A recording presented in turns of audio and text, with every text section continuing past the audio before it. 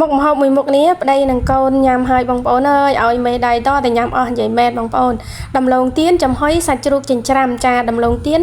ចំហុយជាមួយសាច់ជ្រូកចិញ្ច្រាំនេះអាចជំនួសដោយមើមថ្លុងណាបងប្អូនចាឲ្យឆ្ងាញ់ណាដំឡូងទៀននេះខ្ញុំយកតែ2ខាំទេខ្ញុំកាត់វា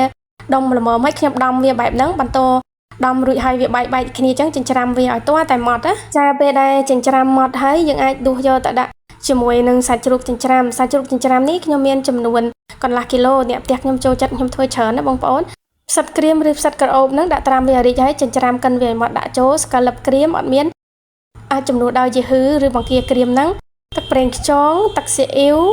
រ៉ូឌីហ្នឹងបន្តិចអំបិលហ្នឹងបន្តិចស្ករហ្នឹងបន្តិចចា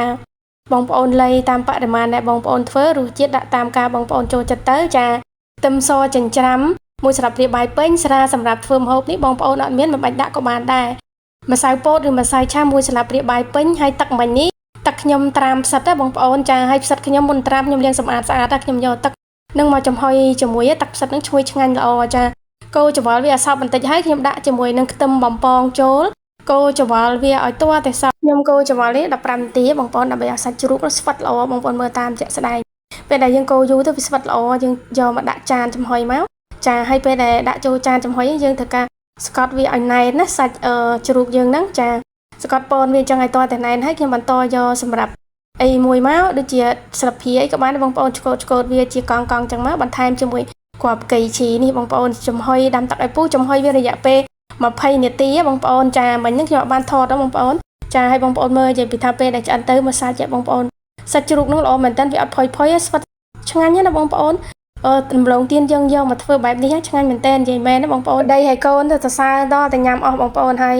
ច្រើនមែនតើមកឲ្យកូនស្រីខ្ញុំបងញ៉ាំបាយតែតិចទេញ៉ាំសាច់ចំហុយហ្នឹងច្រើនមែនតើពួកឯងខ្ញុំធ្វើរសជាតិអត់ដិតទេបងប្អូនចាហើយនិយាយទៅស្វិតញ៉ាំទៅឆ្ងាញ់មានជាតិហើយយកធ្វើសៀវម៉ៃញ៉ាំជាមួយបាយឬនំប៉័ងហ្នឹងក៏ឆ្ងាញ់ដែរបងប្អូនដំឡូងទៀននេះអាចច្នៃធ្វើបានច្រើនធ្វើបង្អែមក៏បានធ្វើជាម្ហូបក៏បានបងប្អូនចាហើយថ្ងៃមុនហ្នឹងខ្ញុំក៏ធ្វើសៀវម៉ៃដែរបងប្អូននេះនំប៉័ងខ្ញុំអាំងហើយចាហើយយើងយកមកញ៉ាំអញ្ចឹងមកបងប្អូននេះសាច់ជ្រូកហើយនឹងដំឡូងទៀនហ្នឹងពងមាន់ហើយផ្សិតនៅស្រុកគេនេះខ្ញុំដាក់ឲ្យមានជាតិទេបងប្អូនចាញ៉ាំជាមួយបាយក៏បានដែរបងប្អូនមានជាតិដូចតែគ្នាទេបងប្អូនចាហើយមើលសាច់បងប្អូនល្អមែនតែនហ្មងណានិយាយមែនបងប្អូនដំឡូងទៀនមានអត្ថប្រយោជន៍ច្រើនហើយអាចយកមកច្នៃធ្វើម្ហូបធ្វើបង្អែមញ៉ាំមានរសជាតិឆ្ងាញ់ចំណែកផ្សិតនេះគេស្ងោរស៊ុបក៏បានបងប្អូនមានប្រហោងអញ្ចឹងខ្ញុំញាត់សាច់សៀវម៉ៃចូលចំហុយជាមួយ